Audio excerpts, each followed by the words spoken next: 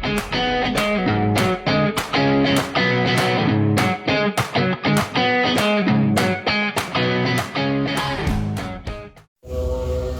selamat pagi Bapak. Terima kasih sudah bersedia meluangkan waktu untuk berdiskusi dengan kelompok kami. Sebagai mahasiswa, kami ingin menggali lebih dalam tentang proses pembelajaran, khususnya terkait dengan kemampuan siswa dalam memahami materi dan bagaimana guru menyesuaikan pembelajaran dengan karakteristik individu siswa. Kalau begitu, kita langsung saja beralih ke pertanyaan pertama. Ketika Bapak menghadapi siswa yang memiliki kesulitan memahami materi, apakah keduanya ada upaya penyesuaian strategi atau pendekatan pembelajaran yang dilakukan untuk menyesuaikan dengan karakteristik siswa tersebut? Ya, terima kasih. Ini saya jawab apa yang saya pernah alami pada waktu saya mengajar dulu ya. Jadi memang di situ banyak metode atau banyak pendekatan-pendekatan. Secara pendekatan konstruktivisme, kemudian pendekatan proyek, pendekatan kooperatif dan sebagainya, ada 10 kalau nggak salah ya. Ini ada metode-metode, ada metode ceramah, metode tanya jawab, kuis dan seterusnya ya. Nah, itu kalau kita harus jeli. Jadi kalau kita mengajar siswa, mana anak siswa ini yang cerdas, mana yang setengah, dan mana ada yang nggak bisa. Jadi kalau memang kita ngajar anak yang cerdas, ya kita deal soal-soal itu ya, kita lanjutkan. Kemudian kalau anak yang menengah, berarti kita harus tahu, oh ini kelemahannya di mana. Kita lihat, oh berarti anak ini tidak cocok pakai pendekatan misalnya kooperatif, anak ini harus pendekatan yang lainnya, kita harus tahu. Kemudian metode yang kita gunakan juga sama, kita harus tahu mana yang bisa pakai tanya jawab atau metode ceramah.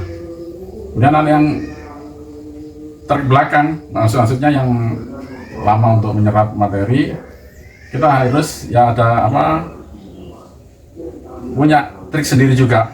Jadi anak ini nggak bisa disamakan dengan yang tadi itu, yang pinter, agak pinter dan kurang pinter ya. Kalau mengatakan bodoh tidak boleh, sekarang harus kurang pinter itu ya. Jadi kita harus punya trik.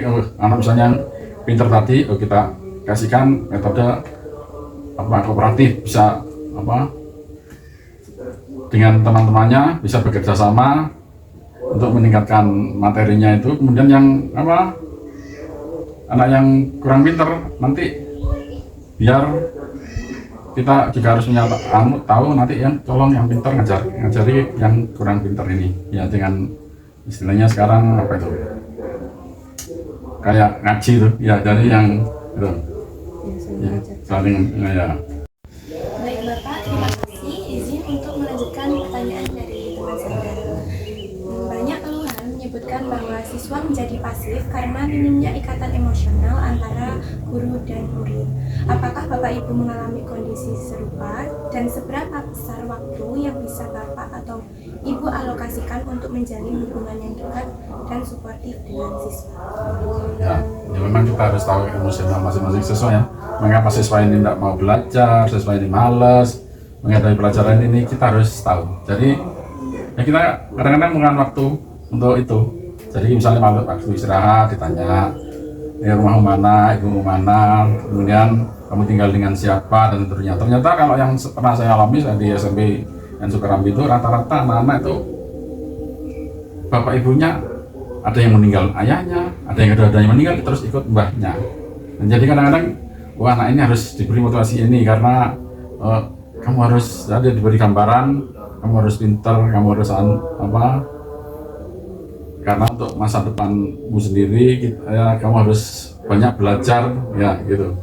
Jadi karena kalau sudah ikut mbahnya, pendidikan dari bapak ibu sudah tidak ada, biasanya dimanja. Kalau dimanja, anak waktunya belajar dan ini, jadi kita harus harus sering mengundang siswa atau mengundang siswa apa penyebab anak ini kok malas belajar atau tertinggal belajarnya. Biasanya rajin, anak kok malas, jadi kita harus sering-sering wawancara siswa ya gitu. Baik, yang selanjutnya yaitu dari pengalaman Bapak, solusi atau pendekatan apa yang paling efektif dalam mengatasi perbedaan karakteristik siswa agar proses pembelajaran berjalan dengan optimal? Jadi di situ tadi sudah saya katakan di awal tadi, di situ pendekatan banyak, ada 10. Jadi kita harus yang mana yang kita pakai ini. Kalau misalnya kan pakai problem based learning misalnya ya, habis itu kan kita harus apa, enjoy ya, anak itu apa pelajarannya atraktif, menarik ya, dan nah itu kita harus kalau ini kalau pakai ini bisa nggak, kalau pakai kooperatif karena banyak yang kurang pinter, nggak akan jalan ini, paling disuruh toh ya, berarti pakai metode lain ya. Kira-kira yang sesuai dengan situasi siswa, misalnya kelas A dengan kelas B tentunya nggak sama. Yang kelas A misalnya anaknya aktif, pakai cooperative learning, ini anak bisa nanti di kelompok-kelompokkan di situ. Ini yang kelompok A, kelompok B, kelompok C, kelompok D. Jadi misalnya di situ, ayo kita menggunakan metode permainan ya, kuis atau nanti dipakai itu semacam loterian atau apa, nanti keluar nomor ini, cuma buka pertanyaannya apa, dijawab tadi kelompok A, kelompok B, kelompok C dan seterusnya gitu. Kalau misalnya kelompok A bisa jawab, mungkin ada yang bisa bantu kelompok ini dan temannya, itu seperti itu ya. Jadi sebisa mungkin pembelajaran di dalam kelas itu harus interaktif. Ya, harus interaktif betul. Jadi harus ada komunikatif antara guru dan siswa. Jadi kalau dulu kan katanya guru ini harus jadi sekarang nggak bisa. Jadi interaktif. Mungkin apa yang diinginkan siswa sekarang, anak ini ternyata minta kayak gini. Jadi guru itu sebagai motivator. Perkenalkan Bapak, saya Cantika dengan akhir NIM 116. Mohon izin Bapak untuk memberikan pertanyaan berikutnya.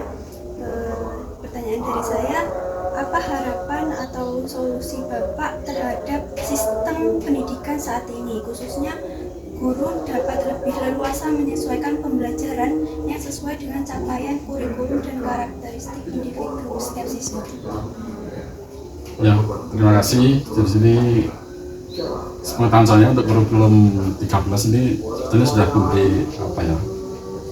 keleluasaan terhadap guru. Tinggal sekarang gurunya itu mau berkembang apa enggak gitu. Karena setiap apa yang dihubungkan dengan kehidupan sosial yang ada di sekitarnya ya. Jadi hanya aja kadang-kadang terlalu banyak tuntutan sehingga guru itu repot di administrasi. Jadi untuk praktisnya gimana itu kurang menengah. Jadi guru disibukkan oleh administrasi ini dan seterusnya. Padahal kalau menurut saya gimana penerapan di lapangan, yang penting itu siswa bisa menangkap dengan baik, dia bisa menjalankan apa yang diinstruksikan sesuai dengan kurikulum, itu sebetulnya bagus ya. Dan untuk harapan ke depan pemerintah harus lebih akomodatif lagi dari keluhan-keluhan yang ada di masing-masing daerah. Sebabnya daerah satu dengan yang lainnya berbeda ya, pasti ada perbedaan di situ. Misalnya di sini di Jember dengan Banyuwangi di situ banyak menekankan kebudayaan ya, jadi seperti tari dan sebagainya itu bisa berjalan dengan baik. Karena di Jember ada juga, ya aja terbatas. Di sini yang paling menonjol SMP yang ada di selatan yaitu SMP Ambon 1 dan itu ya. Dan kalau yang lainnya sama saya rasa. Jadi kalau untuk pembelajaran materi kami sudah ada yang namanya MGMP, dari musyawarah guru bahasa Inggris. Kalau saya bahasa Inggris, kalau bahasa Indonesia juga bahasa Indonesia sudah dengan bidang studinya tiap 1 minggu 1 kali. Jadi mesti ada pertemuan. Dan disitu membahas yaitu tadi gimana cara mengajarkan, misalnya di konteks, ya bagian deskriptif teks itu, dan itu jadi tahapan-tahapan apa, gimana terus kemudian ada diskusi antar guru-guru. Kalau seperti ini ngajarnya gimana? Nah, itu untuk perbaikan ke depan untuk gurunya sekaligus untuk bisa dipahami oleh siswa. Jadi gimana jalan mudah untuk siswa. Jadi di situ sudah ada wadahnya yang namanya MGMP, musyawarah guru mata pelajaran. Jadi semua dan studi ada PKN, bahasa Inggris dan seterusnya sampai 10 dan seterusnya. Baik Bapak, terima kasih sudah meluangkan waktu Bapak dalam membantu kami